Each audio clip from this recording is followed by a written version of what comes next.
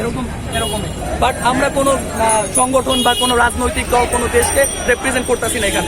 এখানে শুধু রাসূল সাল্লাল্লাহু আলাইহি ওয়াসাল্লামকে অপমান করা হয়েছে, তার প্রতিবাদে আমরা মিছিল বের করছি। আপনাদেরকে এই পতাকাটা ডোনেট করেছে কেউ? না, আমাদের কেউ ডোনেট করে না। এটা হচ্ছে আমরা শিক্ষার্থী সাধারণ, তারা নিজেরা টাকা তুলে এই পতাকা কিনেছে।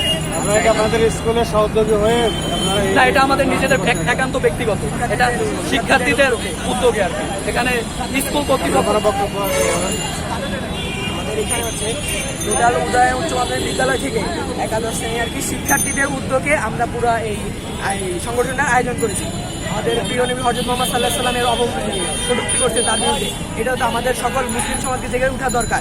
আমরা যেখান থেকে পারতেছি আমরা সেখান থেকে প্রতিবাদের এই সংগঠন গড়ে তুলতেছি। এখন আমাদের যে আমরা যে স্কুল থেকে আসি উচ্চ মাধ্যমিক বিদ্যালয়, সেখান থেকে আমাদের এটা হচ্ছে সকল শিক্ষার্থীদের পক্ষ থেকে আমরা কতজন সকলে মিলে আর কি আয়োজনটা। আপনাদের মানে একটা স্কুল থেকে নিচ্ছেন না আরো অন্য আজকে শুধু আমরা ওইখান থেকে সবার মিলানো পরিকল্পনার কথা বলতেছেন। আসলে সব স্কুল কলেজ নিজ উদ্যোগে এরকম পরিকল্পনা করতেছে। আমরাও এই কারণে আমাদের দায়বদ্ধতা থেকে আমরা এসেছি। এখন অন্যান্য স্কুল কলেজও আমাদের মতো বিভিন্ন জায়গায় প্রোটেস্ট করতেছে, কিন্তু এটা তো এখন সব এক করা সম্ভব না।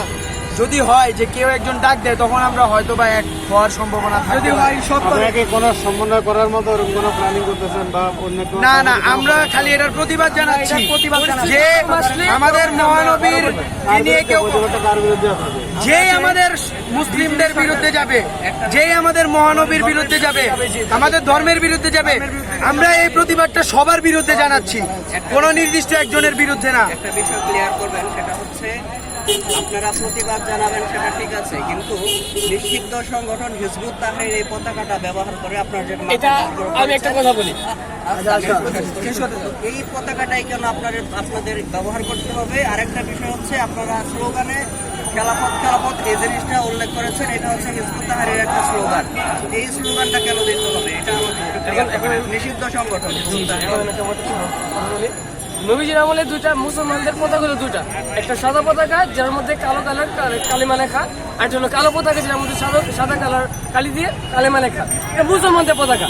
এই যদি বা কোন সংগঠন ইউজ করে থাকে তাদের ব্যাপার, কিন্তু আমাদের মহানবী সাল্লাল্লাহু আলাইহি ওয়াসাল্লাম, তাদের সাহাবীগণ, তাদের অনুযায়ীরা সকলে আমরা এই পতাকা ইউজ করে আসছি।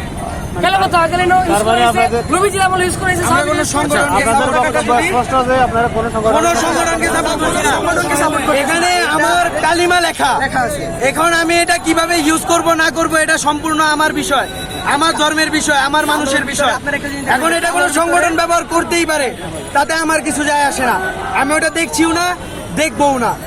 এটা আমি ব্যবহার করতেছি আমার নবীজির অনুসরণ করে, আমার ধর্মের পক্ষ থেকে, কোন সংগঠনের পক্ষ থেকে তো না। আমি এটাই বলতে চাচ্ছি। এটা পাওয়া যায় না কালিমা লেখা নবীজি তার জীবিত অবস্থায় তার কোনো যুদ্ধে এরকম ক্যালিগ্রাফি করা কোনো পতাকা নিয়ে তো কোথাও যুদ্ধ করে না। পরবর্তীতে ওসমানী এবং আব্বাসীর সময় ব্যবহার করা। তো তোমরা হচ্ছে এটাকে কেন ওভাবে বলতেছো যেটা নবীজির সময় ব্যবহার করা? সাহাবীরা তো ব্যবহার করেছে। সাহাবীরা কি নবীজির বিপক্ষে ছিল? ওসমানী ও যুগ ওটা একটা আলাদা পলিটিক্যাল স্পেক ছিল। তোমরা কি তোমাদের এটা সম্পর্কে পরিপূর্ণ ধারণা আছে? যদি আপনার, আমি একটা স্পষ্ট কথা বলতে চাই, এই পতাকা কাউকে দেখে অনুসরণ করা হইতেছে না। কালিমাটা লেখা, আমরা এই কারণে পড়ে আসছি। আর কোনো কিছুই না, আমরা কোনো কিছু জানি না, কোনো সংগঠন না। আমাদের প্রশ্ন সাংবাদিক যদি লাল কালি দিয়ে কালিমা লেখা থাকতো অন্য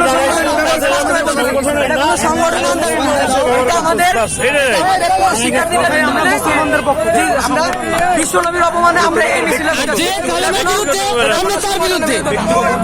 ব্যক্তিগত উদ্যোগে, পুরো শিক্ষার্থীদের উদ্যোগে, যে কালো পতাকার বিরুদ্ধে আমরা তাদের বিরুদ্ধে, ইসলামের বিরুদ্ধে, আর আমরা তাদের বিরুদ্ধে। চলো, যে ইসলামের মানে কটূক্তি করবো আমরা তাদের